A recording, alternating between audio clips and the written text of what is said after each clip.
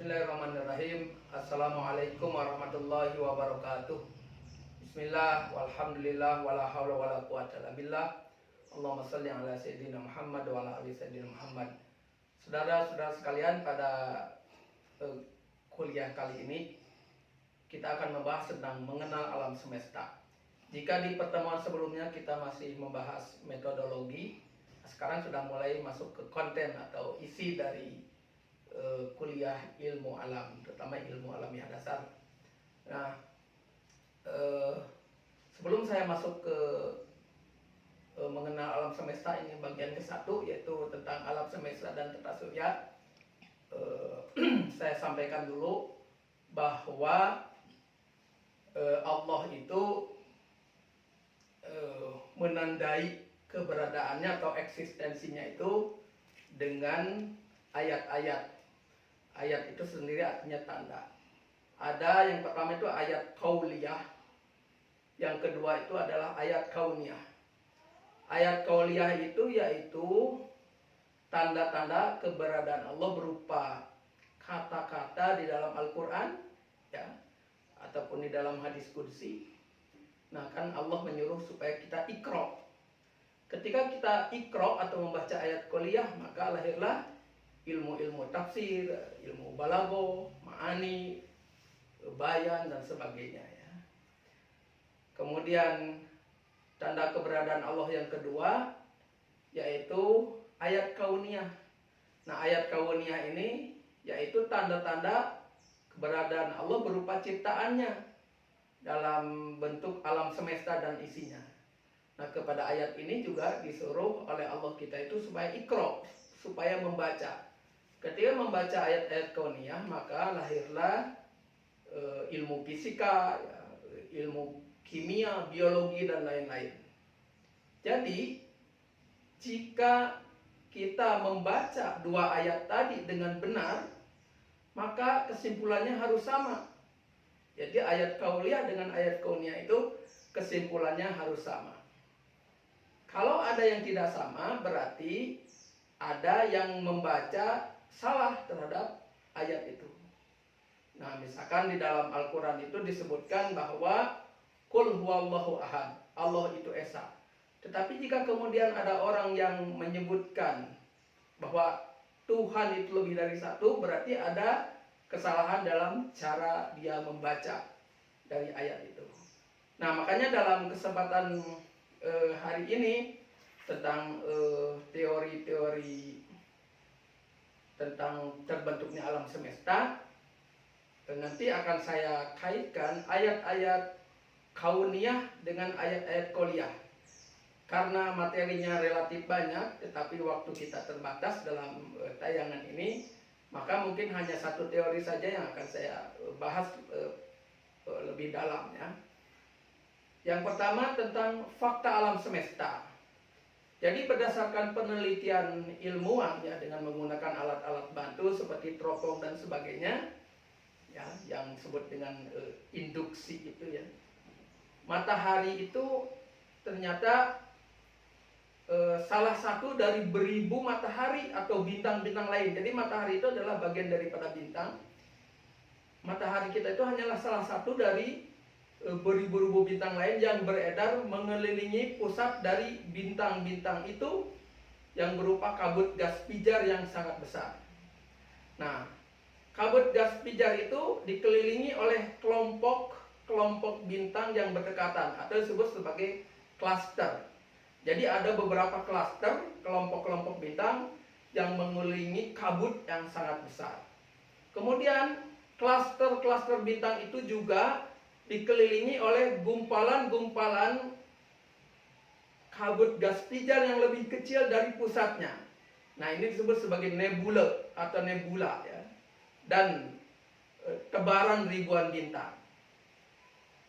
Keseluruhan kesatuan tersebut di atas, yaitu terdiri dari klaster bintang-bintang dan nebula. Nebula itu ada di dalam sebuah kesatuan. Nah, itulah yang disebut sebagai galaksi. Galaksi itu di alam semesta itu jumlahnya ribuan. Galaksi itu isinya ada yang 500 miliar bintang, 500 miliar matahari, ada yang mungkin 1000 miliar atau 1 triliun bintang isinya dalam satu galaksi. Dan galaksi itu sendiri jumlahnya ribuan. Jadi subhanallah sekali, ciptaan Allah di alam semesta itu begitu luas ya. Galaksi di mana kita tinggal, matahari kita berada ya, dengan tata suryanya disebut sebagai galaksi Bima Sakti atau Milky Way. Seperti apa Milky Way itu? Seperti jalan susu ya. Karena apa? Seperti susu tabur ya, susu bubuk yang ditaburkan membentuk jalan. Nanti akan dilihat gambarnya bagaimana bentuk galaksi itu ya. Salah satunya di antaranya galaksi Bima Sakti. Saudara sekalian, jadi di alam semesta ini ada ribuan galaksi ya. Terus bagaimana terbentuknya alam semesta itu? Jadi kita mulai dari alam semesta secara besar, nanti turun kepada galaksi. Di antara galaksi itu ada satu galaksi tadi namanya Bima Sakti. Di Bima Sakti itu ada matahari. Nah, matahari dengan isinya itu disebut sebagai tata surya. Nah, di dalam tata surya itu nanti ada bumi kita dan seterusnya. Jadi pembahasannya semakin lama semakin mengerucut. Jadi kita sekarang bicarakan dulu alam semesta yang sangat luas itu. Bagaimana teori terbentuknya alam semesta? Ada beberapa teori, tetapi yang paling populer yaitu teori ledakan atau Big Bang. Nah, teori ini yang akan saya bahas agak dalam dan nanti dikaitkan dengan ayat-ayat Al-Quran tadi supaya menjelaskan antara ayat kauniyah dengan ayat koliyah tadi ya. Jadi kata teori Big Bang itu bunyinya seperti ini. Teori ini bertolak dari asumsi, dari anggapan adanya suatu massa yang sangat besar dan mempunyai berat jenis yang sangat besar. Massa itu menunjukkan kepada sebuah bentuk. Nah, nanti di sini massanya itu adalah bentuknya ternyata gas ya. Dan mempunyai berat jenis yang sangat besar.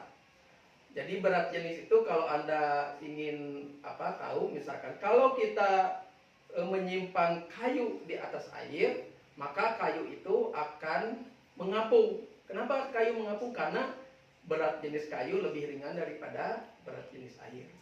Sebaliknya kalau kita misalkan memasukkan besi ke dalam air, maka besi itu akan tenggelam.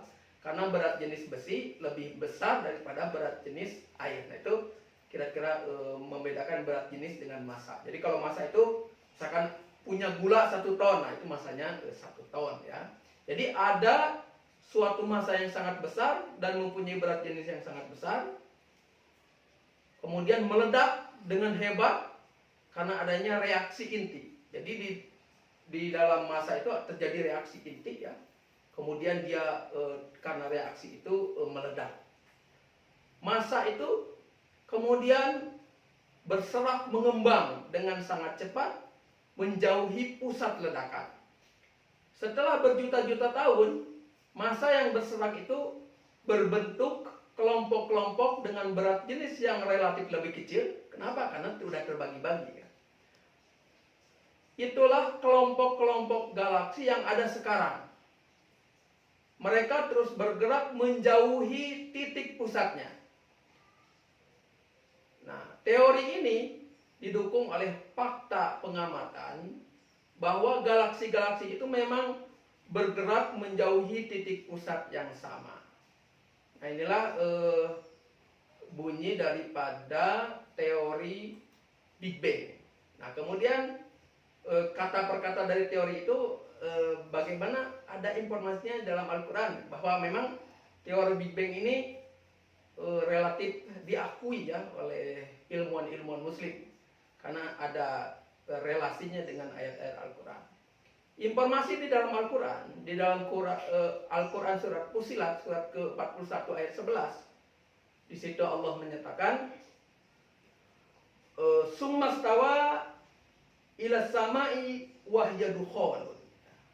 Ini di dalam bukunya Pak Maurice Bucaille tentang Bible, Quran dan Sains Modern ya.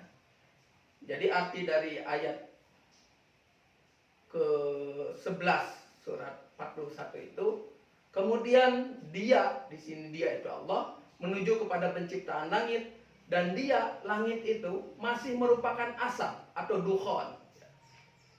Jadi menurut Al-Quran, bahan dasar alam semesta itu adalah asap atau gas. Ilmuwan kemudian menyebut gas itu sebagai nebula primitif. Dr. Maurice Bucaille ya, menerangkan dukhon itu terdiri dari lapisan gas dan bagian-bagian kecil yang pada tekanan tertentu mungkin berada dalam tahap padat atau cair, pada suhu rendah atau tinggi. Jadi si asap atau dukhon itu berpotensi ya, untuk berubah wujud menjadi sesuatu yang padat atau cair. Yang padat seperti menjadi planet kan, menjadi tanah. Kalau yang cair yang menjadi air, menjadi embun dan sebagainya. Dan dalam suhu rendah atau suhu tinggi. Yang suhu tinggi misalkan menjadi api dan sebagainya. Jadi si dukhon itu berpotensi untuk berubah-ubah wujud. Jadi dari gas bisa menjadi berubah wujud menjadi yang lain. Nah kemudian itu tentang bahan dasar alam semesta yang tadi di dalam teorinya disebutkan ada suatu massa yang sangat besar. Nah massa yang sangat besar itu tadi disebutkan oleh Al-Quran, bahannya itu adalah dukhon atau asap. Kemudian di dalam Al-Quran surat Al-Anbiya surat ke-21 ayat 30 Allah berfirman, A'udzubillahi minasyaitonirrajim, awalam yarul ladzina kafaru anna samawati wal ardo kanata ratqan fafataqnahuma wa ja'alna minal ma'i kullasyai'in hayyin. Artinya, dan apakah orang-orang kafir itu tidak mengetahui bahwasanya langit dan bumi itu dahulu adalah suatu yang padu atau ratak ya, ratkon, ratak. Kemudian kami pisahkan, proses pemisahan namanya fafataqnahuma. Kami pisahkan di antara keduanya, dan dari air kami jadikan segala sesuatu yang hidup. Ayat ini berkaitan dengan pemisahan melalui peristiwa ledakan atau Big Bang. Jadi tadinya sesuatu yang padu kemudian dipisahkan. Nah, di dalam teori pemisahannya itu melalui ledakan besar atau Big Bang. Jadi tadinya sesuatu yang padu kan tadi ada suatu massa yang sangat besar. Kemudian melalui ledakan dia terpisah. Nah, di sini terpisah menjadi langit dan bumi. Langit itu simbol daripada benda-benda di angkasa, bumi itu adalah simbol daripada tempat yang kita tinggali. Dr. Maurice Bucaille, pengarang buku Bible, Quran dan Sains Modern, menyebutkan proses pemisahan atau fatak dari suatu kumpulan primer yang unik yang pada mulanya terdiri dari unsur-unsur yang terpadu atau ratak. Nah, jadi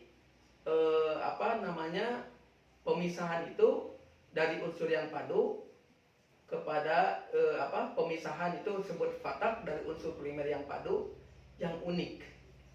Nah, ratak itu adalah perpaduan atau persatuan beberapa unsur untuk dijadikan suatu kumpulan yang homogen.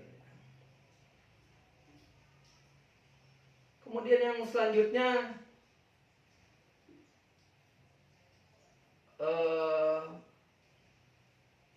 di dalam surat Al-Ghoshiyah surat ke-88 ayat 18 ada informasi ya.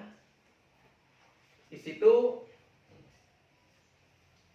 ada ayat Al-Quran yang berarti dan langit ditinggikan ya. Kalau surat Al-Ghoshiyah ayat ke-17-nya itu afala yang duruna ilal ibili kaifa khuliqat. Tidakkah engkau memperhatikan bagaimana unta diciptakan? Wa ilas samai kaifa rufi'at. Dan langit ditinggikan. Nah, ayat yang ke-18 surat Al-Ghoshiyah ini wa ilas samai kaifa rufi'at itu menunjukkan bahwa langit itu meninggi berarti bergerak sedemikian rupa ke arah tegak lurus. Jadi meninggi itu bergerak ke arah tegak lurus pada seluruh permukaan bumi. Nah, karena bumi itu bulat, jadi langit itu yang melingkungi bumi itu harus mengembang ke segala arah. Jadi kalau kita di bumi di waktu siang kan kita posisi ada di atas nih. Nyebut meninggi itu kan ke atas. Tapi kalau ketika kita ada di sore hari, kita sebenarnya ada di bagian pinggir bumi. Nyebut ke atas itu kan sebenarnya ke pinggir gitu. Di waktu malam posisi kita kan sebenarnya ada di bawah di bumi itu. Kita nyebutnya ke atas, ya ke atasnya itu berarti ke bawah. Jadi langit ditinggikan itu berarti meluas ke segala arah. Tadi kan dalam teori disebutkan setelah terbentuk galaksi-galaksi itu semakin lama semakin menjauhi titik pusatnya. Artinya alam semesta ini mengembang, ya.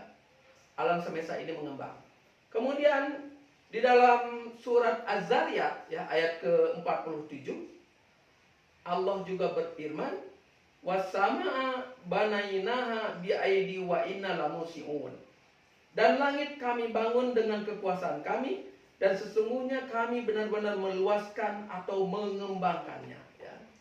Jadi kami benar-benar meluaskan atau mengembangkannya. Di situ ada kata-kata lamusiun. Kata musiuna berasal dari kata kerja ausa'a yang artinya mengembang. Awalan la musiun, awalan la menekankan nama atau sebutan yang mengikutinya dan menambahkan kesan seluas-luasnya. Jadi pernyataan ini berarti kami mengembangkan langit atau jagat raya seluas-luasnya. Saudara-saudara sekalian, pada awal abad ke-20, Alexander Friedman, ya, seorang ilmuwan dari Rusia, dan George Lemaitre, orang Belgia, secara teoritis menghitung bahwa alam semesta senantiasa bergerak dan mengembang. Jadi alam semesta itu senantiasa bergerak dan mengembang. Artinya alam semesta itu dinamis, tidak statis. Sebab ada ilmuwan zaman dahulu, zaman Yunani, alam semesta itu kan menyebut statis, yaitu bintang-bintang nempel di langit, bulan nempel di langit, mengelilingi bumi. Nah, ternyata ilmuwan abad 20 menyebutkan bahwa alam semesta itu mengembang terus, ya. Nah, ada penelitian yang lainnya, yaitu Edwin Hubble pada tahun 1929 dengan teleskop Hubble di Mount Wilson, California, menemukan teori the expanding universe. Jadi alam semesta ini berekspansi meluas, ya. Jadi alam semesta itu bersifat seperti balon atau gelembung karet yang sedang ditiup ke segala arah. Jadi kalau kita punya balon ditiup, itu akan meluas ke segala arah, ke depan, ke belakang, ke atas, ke bawah, ke pinggir-pinggirnya meluas. Jadi alam semesta itu seperti balon yang ditiup meluas terus seperti itu, ya, mengembang.